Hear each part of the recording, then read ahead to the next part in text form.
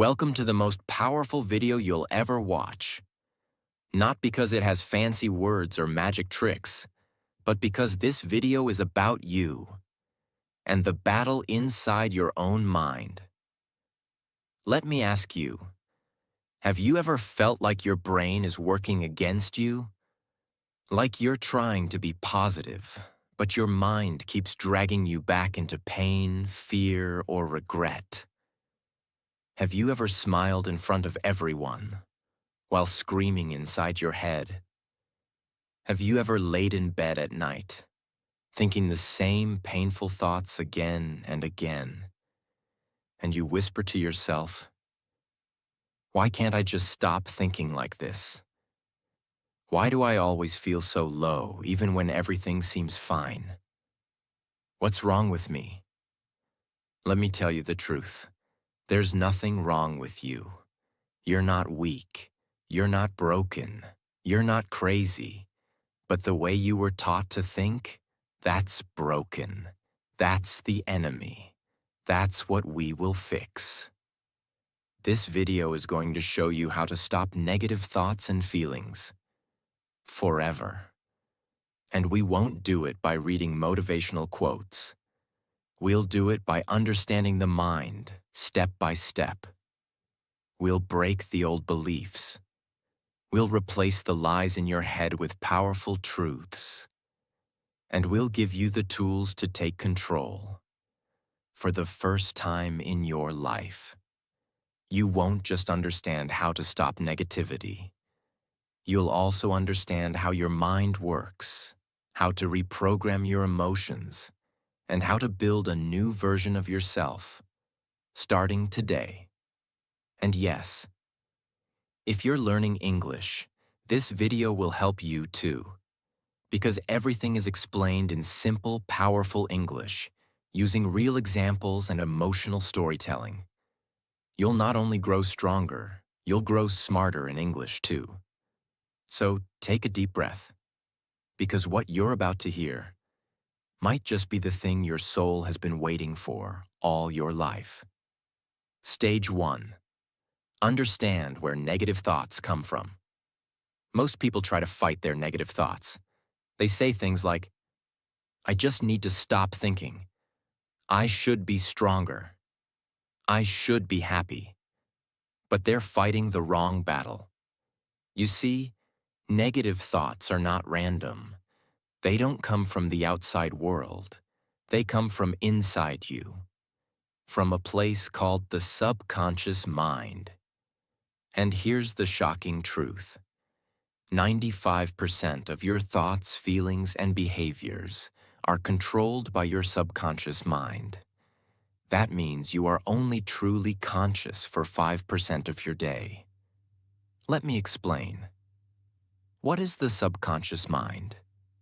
Your subconscious is like a recording machine. From the moment you were a child, it recorded everything. The way your parents talked to you, the way your teacher reacted when you made a mistake, the way people treated you when you failed, the fear in your mother's eyes when there was no money, the pain of being laughed at, ignored, or rejected. All of it was recorded, silently, without permission. And now, when you grow up, those recordings become your thoughts. So when you say, "I'm not good enough," "I always mess things up," "I'll never be successful," "Nobody really loves me," that's not really you speaking. That's your subconscious replaying old memories. Example. Let me tell you about Daniel. He's 26, smart, kind, funny. But every time he starts something new, a job, a relationship, a project, he quits. Why? Because every time something goes wrong, a voice in his head says, "You're just a failure. Why even try? You'll embarrass yourself again. You're not made for this." And Daniel believes that voice. But here's what Daniel doesn't remember. When he was 9 years old, he got up in front of his class to present a school project. He was nervous. His voice was shaking. And when he accidentally read a word wrong, the whole class laughed. Even the teacher smiled. Daniel went home crying that day. He didn't tell anyone. But that moment became a permanent scar in his subconscious mind. That scar became a voice. And that voice became a belief. And that belief controlled his life. That's what negative thoughts are. They're old pain disguised as truth. So, what can you do? You don't fight negative thoughts like enemies. You observe them like detectives. Next time you think, I'm not good enough, stop and ask, where did this thought come from? Who made me believe this? What is this memory connected to? Because once you understand the source, the thought starts to lose its power. Your first mission. Tonight, take 10 minutes. Sit quietly. And write this question at the top of a page. What are the 3 negative thoughts I think the most? And for each one, ask, where did this come from? Who taught me this?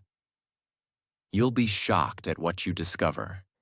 You'll realize that most of your negative thinking didn't come from you. It came from someone else. And it's been living inside you rent-free. But not anymore. Because the moment you see the lie, you stop living inside it. You cannot fix your mind unless you understand it. You cannot silence your thoughts unless you trace their roots. And once you know that 95% of your thinking is just programming, you finally understand that you are not your thoughts. You are the one who can rewrite them. Stage 2.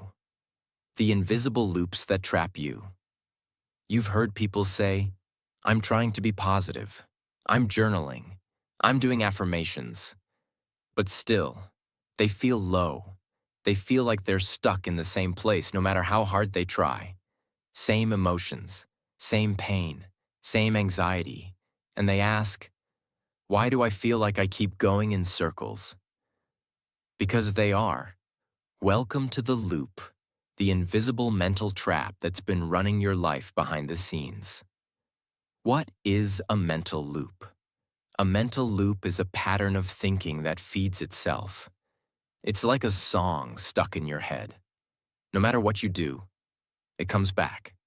You try to ignore it. It gets louder. You try to fight it. It fights harder. Let's understand the loop. Trigger. Something small happens. You get ignored. You make a mistake. You see someone else doing better. It triggers a familiar emotion: insecurity, fear, guilt. Thought. Your mind pulls up an old belief. I'm not good enough. They don't care about me. I always mess things up. Emotion. You feel pain, again. You feel shame. You feel anger. You feel fear. Reaction. You do something negative. You isolate. You overthink. You scroll endlessly. You eat junk. You cry quietly. Guilt and shame. You feel worse. Why did I react like that again? Why can't I control myself? And now, you feel even weaker. That feeling becomes the new trigger. And the loop starts again. You wake up, already tired. You open social media, already comparing. You make one small mistake. And suddenly your whole day feels ruined. You feel guilty for being negative. You feel weak for being sad. You feel ashamed for not healing. And the worst part? The more you try to escape the loop, the tighter it pulls you in, because you're not escaping. You're resisting, and what you resist persists. Let me tell you about Amira, a 24-year-old university student. Bright, beautiful soul. But she was trapped in the darkest loop you can imagine. Here's what her day looked like. Wake up and look in the mirror. My face looks tired. Why am I so ugly? Go to university and see others laughing together. Why don't I have friends like that? Maybe I'm just not likable. Try to focus in class, but one small mistake in front of others. Great, now they think I'm stupid. Go home, open Instagram. She's so pretty, she's so confident. Look at her boyfriend. Lay in bed at night and cry, but quietly, so no one knows. And here's what's tragic. None of these things were real threats. They were mental traps. But Amira's loop was so tight she didn't even realize it was a loop. She thought it was reality. The loop makes you believe that the pain is your fault. It makes you feel ashamed of being emotional, guilty for feeling broken, weak for needing help. So instead of escaping the loop, you build a home inside it. You start saying, "This is just who I am. I'm just a negative person. I'll always be like this." And that is how people stay stuck for years.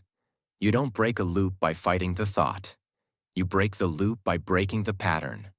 That means interrupting the cycle at the weakest point. So what's the weakest point? The reaction. Let me explain. You can't always control the trigger. You can't always stop the thought. You can't immediately change the emotion. But you can always choose your reaction. Let's go back to Amira. She kept reacting to her thoughts with tears and scrolling. One day she learned something simple from a therapist. When the thought comes, don't respond, don't feed it. Just say, interesting thought, and walk away. So the next morning, when she looked in the mirror and the voice said, "You look terrible," she didn't cry, she didn't argue, she didn't say anything. She smiled, a fake one at first, and whispered, interesting thought. She made a cup of tea. She played one happy song. She wore earrings. She went to class and made eye contact with someone. She said, "Hi." That day, the loop broke. Not fully, not forever, but for that moment, she won. And one moment of winning creates another. Tonight, write this down. What is one loop I live inside every day? What's the trigger? What's the thought? What's the emotion? What's the reaction? Then write one thing you'll do differently next time the trigger comes. Something small, something kind, something real. It can be this simple. Instead of hiding, I'll talk to one person. Instead of scrolling, I'll walk outside. Instead of saying I'm a failure, I'll say I'm learning. Because even a tiny interruption breaks the machine. You're not weak. You're not lazy. You're not doomed. You're just trapped in a pattern, a loop you didn't even realize existed. But now, you know, and knowing is power. Because when you can see the loop, you can step out of it. Stage 3. Stop feeding the enemy inside. Most people are trying to stop negative thoughts, while at the same time, they're feeding the very things that create them. It's like drinking poison every morning and wondering why you feel sick all day. Let me say this clearly. You cannot heal your mind if you keep feeding it junk. You cannot stop negativity if your lifestyle is designed to create it. This is the stage where we clean the soil, because no seed of happiness can grow in polluted ground. Let's break it down. Imagine your mind is a beautiful, open garden. Whatever you plant there grows. Whatever you water becomes stronger. Whatever you allow in becomes part of your reality. So now ask yourself, what are you planting every morning? What are you watering with your thoughts and attention? What kind of mental garbage are you leaving in your garden? If all you feed your mind is fear-based news, toxic social media, fake perfection, drama videos, gossip reels, sad love songs, dark, depressive thoughts, then what do you expect your mind to produce? Joy? Peace? Motivation? Impossible. You're asking your mind to grow flowers in toxic soil. Let me show you a metaphor that will hit you hard. Imagine there's a room with a giant black mirror on the wall. And every morning you go into this room and stand in front of that mirror. But here's the catch. This mirror doesn't show your real face. It shows your biggest insecurity. It magnifies your worst fear. It whispers your deepest pain. You still look into it. Every morning, every night. You let that mirror define how you feel. And you never question it. That mirror is your phone. That mirror is the reel that says, you're not successful. The photo that says, you're not pretty enough. The video that says, you're behind in life. The comment section that says, you'll never make it. And the worst part? You chose to look into it. You chose to keep that mirror in your pocket, next to your pillow, inside your life. And you wonder why your mind feels broken. It's because you've been feeding the enemy inside. With your time, your energy, your attention. The three main ways people feed negativity without realizing. 1. Information overload, digital poison. You scroll for 2 hours and remember nothing.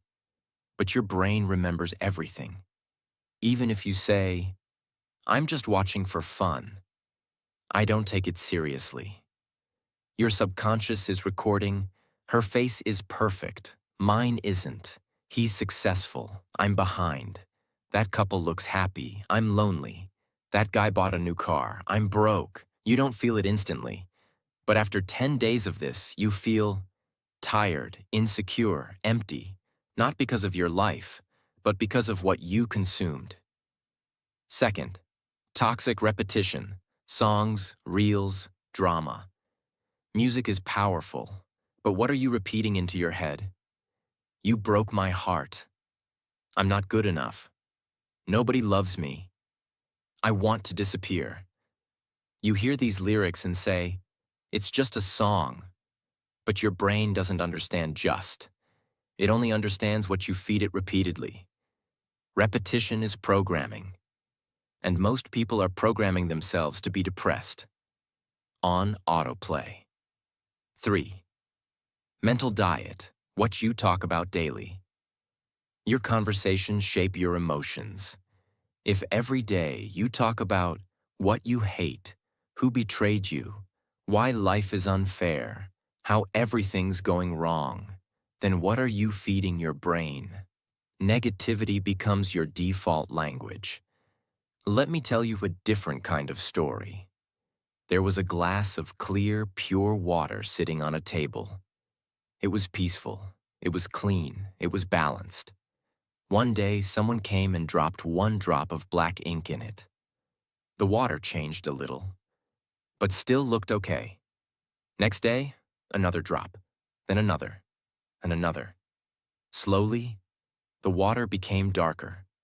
Not because it was evil, but because it was being fed poison, one drop at a time. This is your mind. Your mind is that glass of water. And the ink is the content you consume, the words you repeat, the people you surround yourself with, the notifications you wake up to, the videos you binge before sleeping. You didn't become negative overnight. You were being dripped with darkness, silently. How to stop feeding the enemy. Here's what to do starting today. Clean your feed like your fridge. You wouldn't eat rotten food. So why watch rotten content? Unfollow pages that make you feel less than. Mute people who only post fake perfection. Delete apps if needed. Your peace is more important than staying updated. Replace, don't resist. Don't just stop watching bad content. Replace it with something that builds you. Watch real growth stories. Listen to calming or healing audio. Read one page of a growth book. Listen to people who speak truth, not just noise. Morning and night detox. The first 30 minutes after waking and the last 30 minutes before sleep. are when your mind is most programmable. Use that time wisely. Don't scroll. Don't open reels. Don't start your day with comparison or chaos. Instead, breathe. Write 3 things you're thankful for. Speak one powerful sentence to yourself. Today, I protect my mind. Your mission. Today, write this question. What 3 things am I feeding my mind that are hurting me? Be honest. Then ask, what will I feed my mind instead? Starting now. Small changes. Big transformation. Your mind is not broken. It's just been badly fed. You are not the darkness. You are the light that's been buried under years of mental noise. So stop feeding the enemy inside and start feeding your inner peace, inner strength, inner voice. Because your thoughts are seeds, and what you plant today will grow tomorrow. Stage 4. Clean your mental room daily. Let me ask you something simple. You brush your teeth every morning, right? You take a shower, change your clothes, maybe clean your room or wash the dishes. Because if you don't, your body smells, your home gets dirty, and you feel uncomfortable. But when was the last time you cleaned your mind? Not your Instagram, not your bookshelf, not your to-do list. I'm talking about the inside of your head, the mental space where you actually live. Because here's the truth. You don't live in your house. You live in your mind, 24 hours a day. And if you don't clean that space daily, you will be living in a home that feels heavy, anxious, noisy, painful, confusing. Even if your outside life looks fine, inside you feel suffocated. So today, we clean, not once, not when we feel depressed, not when we break down, but every single day, like brushing your soul. Let me take you deep. Let's break a myth. Negative thoughts don't only come from trauma, they come from accumulation. Just like dust settles on your furniture even if you don't open windows, mental dust collects in your mind from life itself. A stressful conversation, a decision you're avoiding, a deadline you're afraid of, a future event you're overthinking, a compliment you didn't believe, a comment that felt wrong but you ignored it, a fear that entered your heart quietly, a judgment you made about yourself this morning. You didn't choose this, but it landed, and now it's in your space. So if you don't clean it, it piles up. Here's what happens when people don't clean their mental space. Stress builds up in layers, but you ignore it. You feel more irritated than usual. Little things make you angry. You become emotionally sensitive. One sentence can break you. You feel tired without reason, because your mind is overloaded. You stop enjoying things, because your joy has no space to live. You start avoiding life, because everything feels like too much. And slowly, without realizing, you stop being you. You stop laughing loudly. You stop dancing freely. You stop speaking confidently. You stop trusting your ideas. You stop dreaming. Not because you're weak, not because you're lazy, but because your mental room is full of unprocessed emotion. Imagine a small room with 100 open cardboard boxes. Each box contains something from your mind. One has a painful memory. One has your unfinished goals. One has your financial stress. One has a conversation you're avoiding. One has your fear of rejection. One has a thought you had at 3 a.m. One has your guilt. One has your secret self-doubt. Now imagine trying to sit and relax in that room. You can't. There's no space to breathe. This is what your mind becomes when you never pause to clean it. Here are 6 powerful, fresh, non-repetitive daily practices to clean your mental room. They require no app, no therapist, no external help. Only you, your intention, and your inner awareness. 1. The thought shelf method. Mentally put thoughts aside. When your mind is overwhelmed, you don't need to solve every problem immediately. You just need to make space. So imagine your mind as a shelf. And when a thought keeps repeating, you gently say, "This doesn't need to be solved right now. I'll place it on the shelf. It'll wait." You're not ignoring the thought. You're giving it a home so it doesn't float around. This stops your mind from replaying the same thoughts over and over like a broken CD. 2. Temperature check, emotional awareness reset. Once a day, maybe at 4 p.m., pause and ask yourself, what am I feeling right now? Where do I feel it in my body? Why might I be feeling this? Even if the answer is, I don't know, you're still becoming aware. And awareness cleans confusion. Do this every day, like checking the weather before leaving home. You'll be shocked how much you've been holding in silence. 3. The one-word dump. You don't always need to write long journals. Sometimes just one word is enough. Try this. Before sleeping, write one word that describes your emotion today. Heavy, rushed, lonely, hopeful, frustrated. Doing this helps you identify your emotional clutter, because once you can name it, you can clean it. 4. 3-minute mental walkthrough. This is one of the most powerful cleansing tools. Almost no one uses it. Every evening, close your eyes and mentally walk through your entire day. See yourself waking up, walking to the bathroom. What were you thinking? What emotions did you feel during breakfast? Did someone say something that stuck in your mind? Where did your mood shift? This is not about overthinking. It's about noticing. Because when you notice, you release. When you name it, you drain it. Even 3 minutes of this can unload more emotional weight than hours of advice. 5. Speak to yourself like you're a child. Before bed, sit quietly and say one kind thing to yourself, as if you were speaking to a small, scared child. Say, "You did your best today.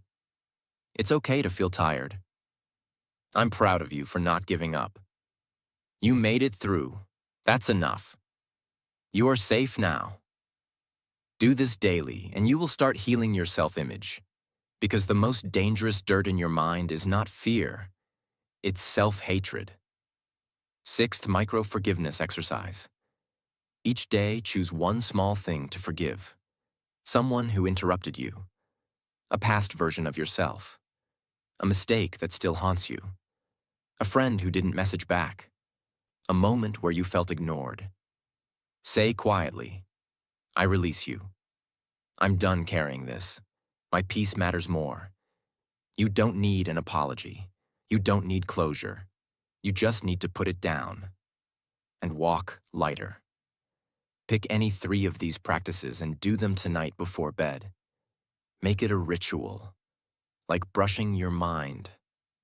Because when your mental room is clean, you sleep deeper, you speak softer, you focus sharper, you feel freer, you dream bigger. You're no longer controlled by chaos. You're in control of your space. You are not too sensitive. You are not overreacting. You are not broken. You are simply overcrowded. And when something is too full, even a feather can break it. So make cleaning your mind a daily ritual. Not when you collapse. Not when you cry. Not when life forces you. Do it before it's too late. Do it because you deserve clarity. Do it because peace is not a gift. It's a habit. Stage 5. Replace, don't fight. Let me start with this truth. You will never win a war by screaming at your enemy. And you will never win peace by screaming at your thoughts. And yet, that's what most people are doing. They say, I just want to stop thinking negatively. How do I shut off these thoughts? I'm tired of this voice in my head. So, what do? They fight. They try to block the thought. They say, stop thinking this. Why am I like this? I shouldn't feel this way. But the more they fight, the stronger the thought becomes. Why? Because you can't fight a thought with force. You can only win by replacing it. Let me explain everything in the deepest way possible. Why fighting negative thoughts never works. The moment you say, I don't want to think about this thought, your brain focuses more on that thought. Because the brain doesn't hear don't. It only hears the subject. If I say, don't think about a pink elephant, you'll instantly imagine it. If you say, don't feel anxious, your mind starts scanning for all the reasons you're anxious.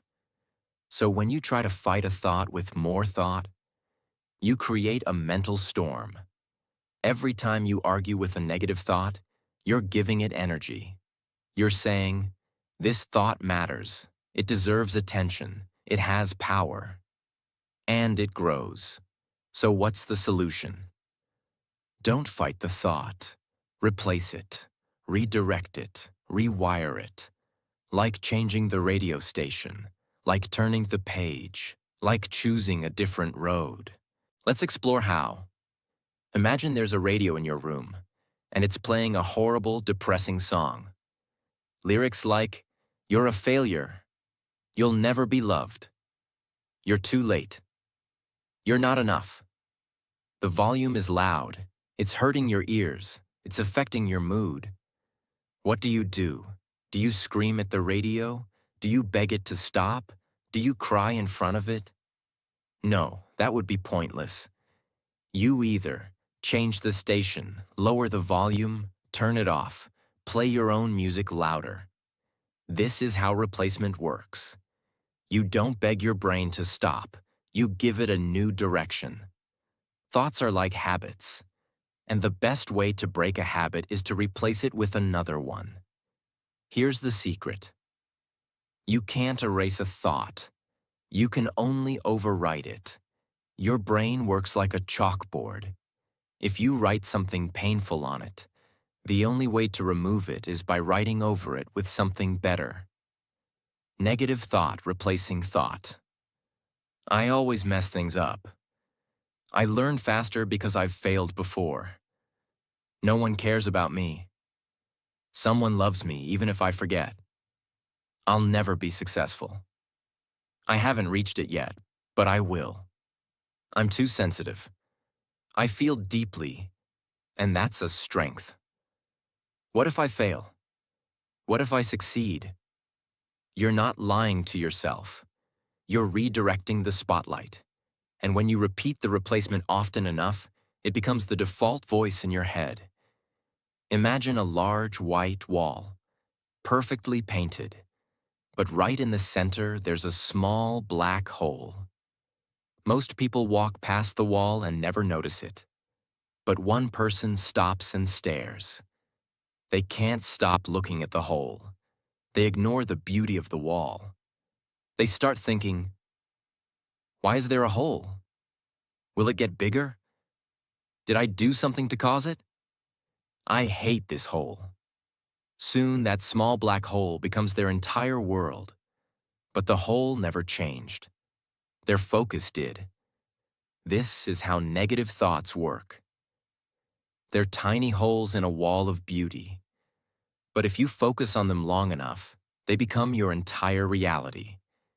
You don't need to fix the hole. You need to step back and see the whole wall. That's what replacing thoughts does.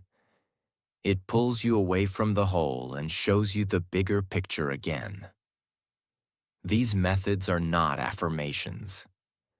They are replacement tools backed by real brain science and habit rewiring. The reversal technique. Flip the fear. When a scary or painful thought comes, ask, what's the opposite truth that could also be real? Example, I'll probably fail this interview. I might surprise myself and do better than I expect. You're not lying. You're giving your brain a new option to consider. That creates hope, and hope reduces fear. The so what method. Cut the drama. Many negative thoughts are dramatic. What if I say something wrong? What if I lose this chance? Instead of feeding the panic, say, so what if I do? Would I still be alive? Could I still grow? Would I still matter? This reduces the emotional weight and makes space for logic. The upgrade method, version 2.0 thinking. When a negative thought appears, imagine you're updating your brain's software. You're not deleting anything, just installing a better version. Original, I can't do this. Update, I'm figuring it out. Original, I'm not ready. Update, I'm becoming more ready every day. This makes your brain feel safe while moving forward. Write down the 3 most common negative thoughts you've had this week. Then write down one powerful replacement for each one. Put them on a sticky note. Say them every morning. And repeat them anytime the old thoughts try to come back. Because your brain believes what it hears often. Train it. Don't fight it. You were not born to live with a storm inside your head. But you cannot stop that storm by screaming at it. You can only change the weather by changing the forecast. That means replacing fear with possibility, replacing shame with growth, replacing doubt with progress. Because your mind is not broken. It's just been playing the same tape for too long. And now, it's time to change the music. Stage 6. Talk to yourself like someone you love. Let's begin with a painful question. If someone else talked to you the way you talk to yourself, would you still be friends with them? Think about it. What kind of words do you say to yourself when you fail, you make a mistake, you forget something, you feel tired, you cry, you get rejected? You don't say, it's okay, you're human, you'll try again. No, you say, you're so stupid. Why do you always mess things up? Nobody cares. You're such a burden. I hate myself sometimes. I'll never get it right. And the tragedy is, if someone else said that to you, even once, you'd probably walk away. But you say it to yourself every day, and you can't walk away from your own mind. So what happens? You live inside a house where you're constantly verbally abused by your own voice. Most people have an inner critic, but for some, it becomes an inner bully. That voice does not guide. It attacks. It says, you're always behind. You're not as good as them. You're weak. You're ugly. You're lazy. You deserve to be alone. Now imagine this scenario. A 7-year-old child comes to you. They say, I made a mistake today. I feel bad about myself. I think I'm not good enough. Would you scream at them? Would you say, you're an idiot. You'll never be anything. Nobody likes you. Of course not. You would hug them. You would look into their eyes and say, it's okay. We all make mistakes. You are still worthy. Let's try again tomorrow. So why don't you talk to yourself that way? Because somewhere along the way, you learn to treat yourself with cruelty instead of compassion. And that must change.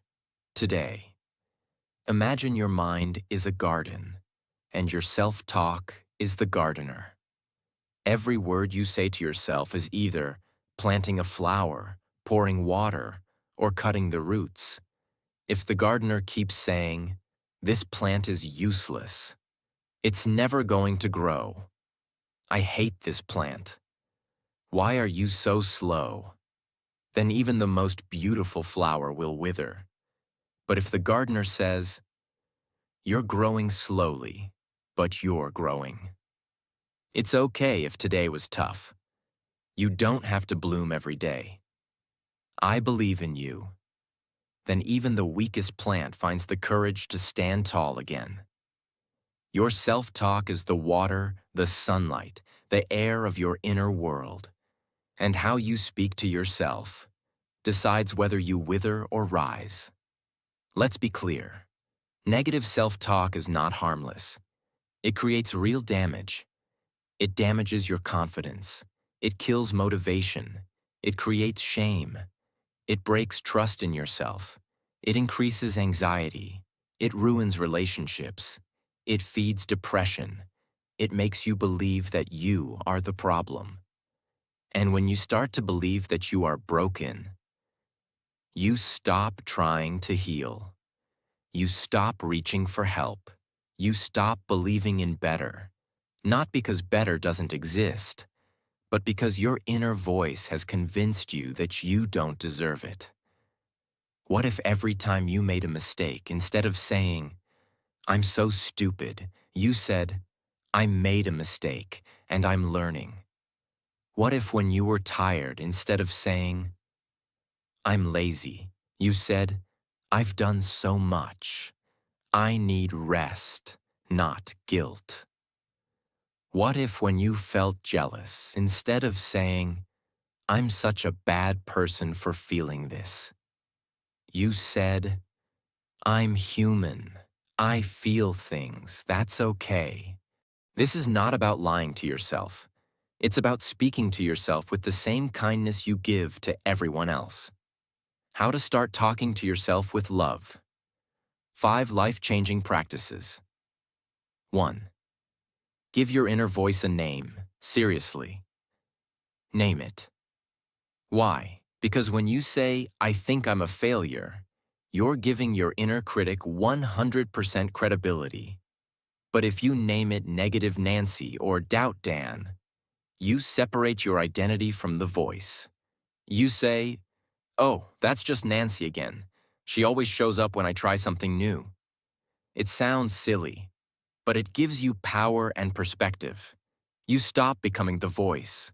You become the listener, and the listener always has a choice. 2.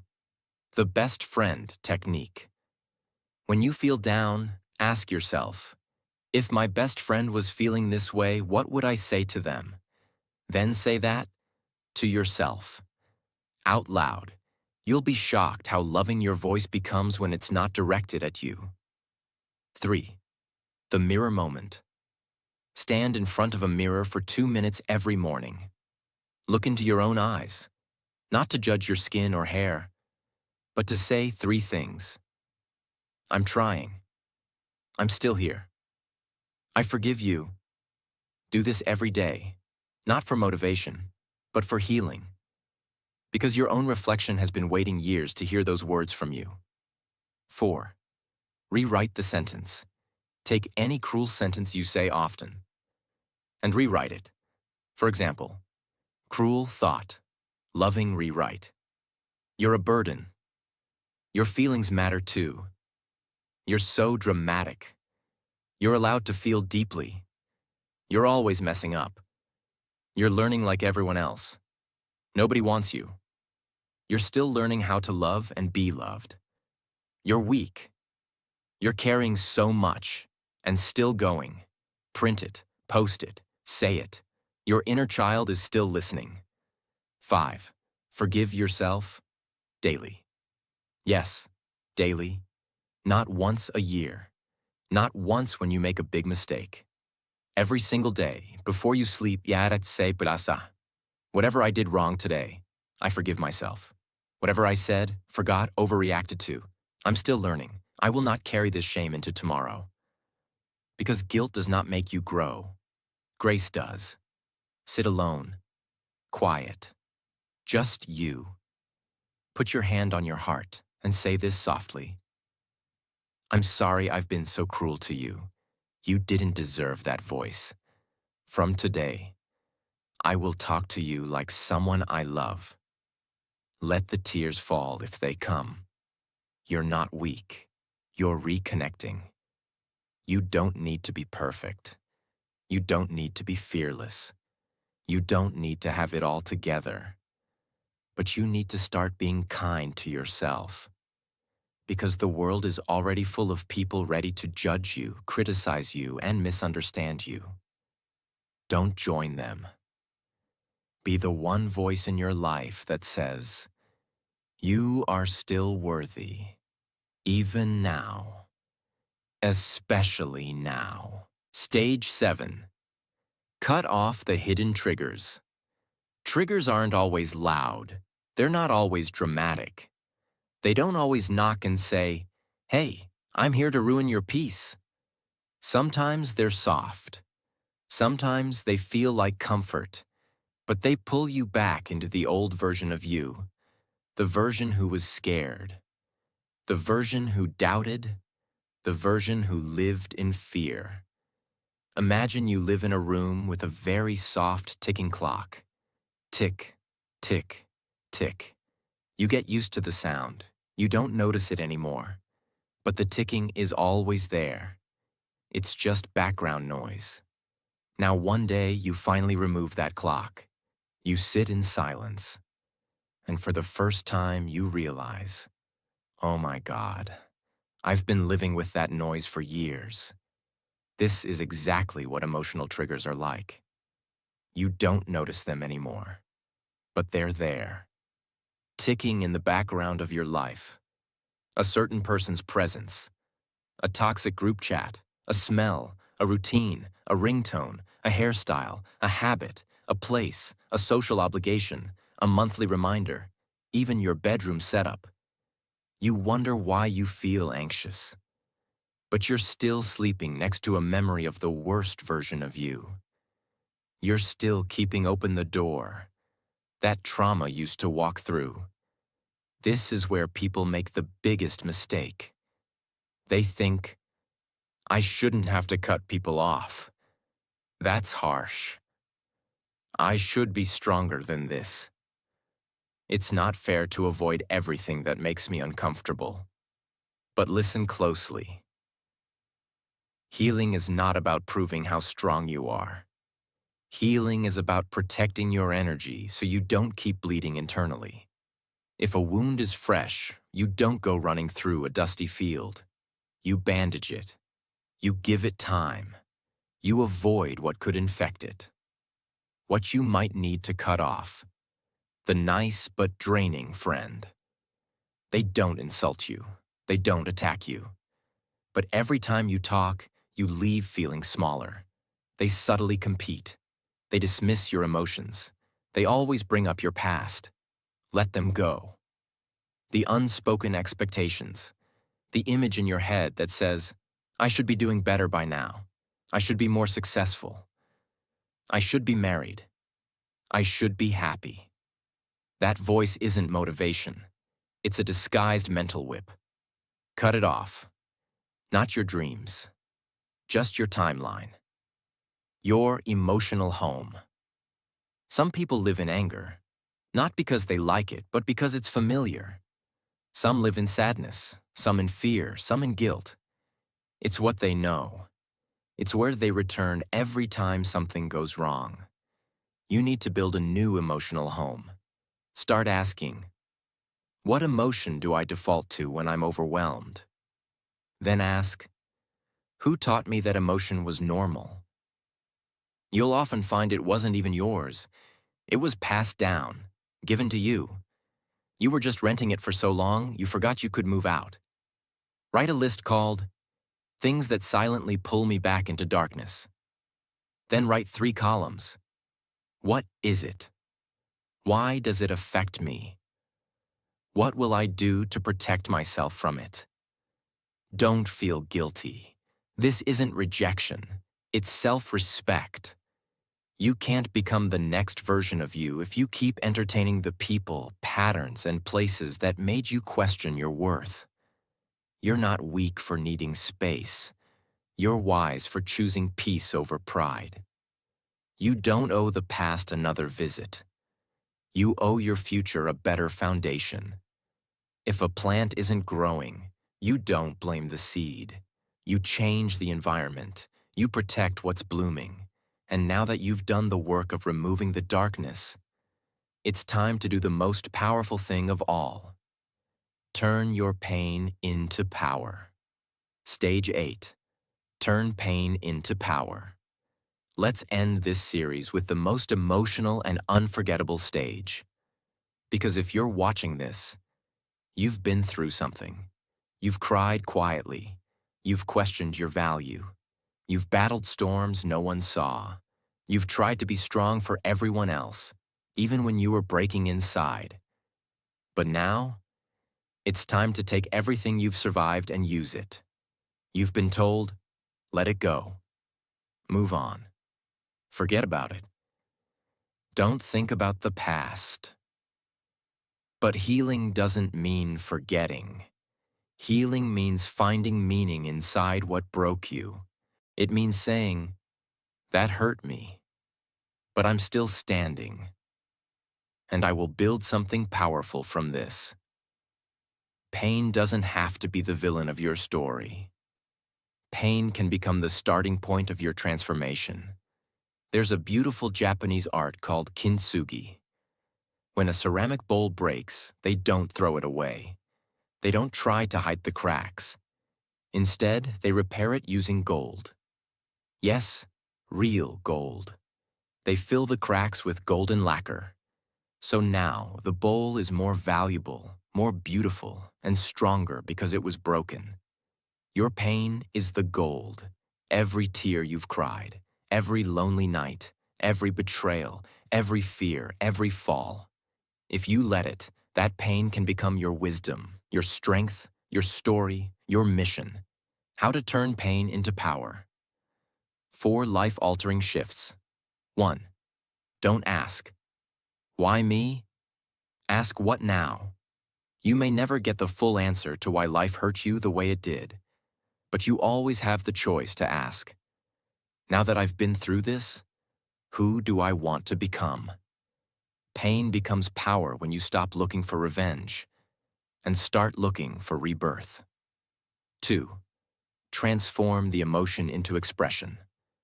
Every emotion is energy, and energy can't be destroyed, but it can be redirected.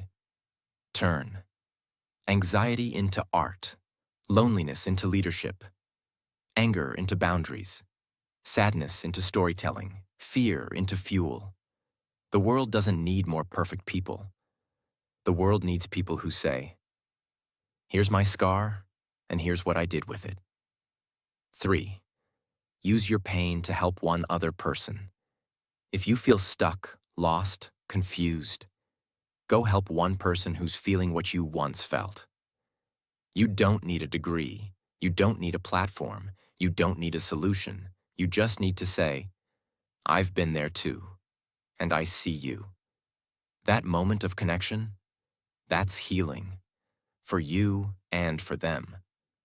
Pain multiplies in silence, but it dissolves in shared humanity. 4. Build your identity around your survival, not your suffering. Stop saying, I was broken. Start saying, I'm rebuilding. Don't say, they ruined me. Say, I rebuilt myself. Because if pain is a fire, you are the gold that survived the flame. You didn't come this far to just feel better. You came this far to transform.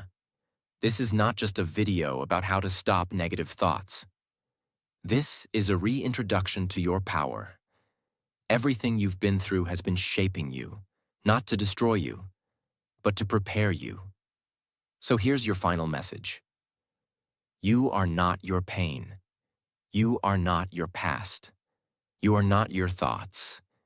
You are the power that rises in the middle of all three and chooses to become something greater. This is your story now, your chapter, your healing, your time. So now you've reached the end. Not the end of the video, but the end of a version of you that didn't know better. The version of you that thought, maybe I'll never heal. Maybe I'll never be free. Maybe this is just who I am. But now you know something different. You've seen the enemy. You've studied the patterns. You've cleaned the pain. You've changed the voice inside. You've built strength. You've protected your energy. And you've taken the hardest thing in your life and started turning it into your power. That is not a small thing. That is transformation. That is courage. That is a new life beginning, right now. And if nobody told you this today, let me say it clearly. I am proud of you. Not because you're perfect, but because you showed up, broken, scared, tired, unsure, and still tried, still listened, still stayed till the end. That means you're ready. Your thoughts do not control you. You control what thoughts are allowed to stay. You control your healing. You control your pace. You control your story. And if you keep showing up like you did today, your life will never be the same again. Because small steps, repeated with love and honesty, become powerful lives. You are already on the way. If this video touched your heart, if it made you feel seen, understood, stronger, then I invite you to do one simple thing. Subscribe, so you can keep learning, keep growing, and keep healing. Because this channel is not just about videos, it's about transformation. It's about turning English learning into emotional strength and turning emotional strength into a better life. We speak slowly, clearly, deeply. So even if you're still learning English, you'll never feel lost here. Here, you'll be understood. So subscribe, turn on the bell, and join this journey. You belong here. And this is just the beginning. Thank you for watching. Thank you for staying. Thank you for fighting. I believe in you. Now go and become the person you were always meant to be.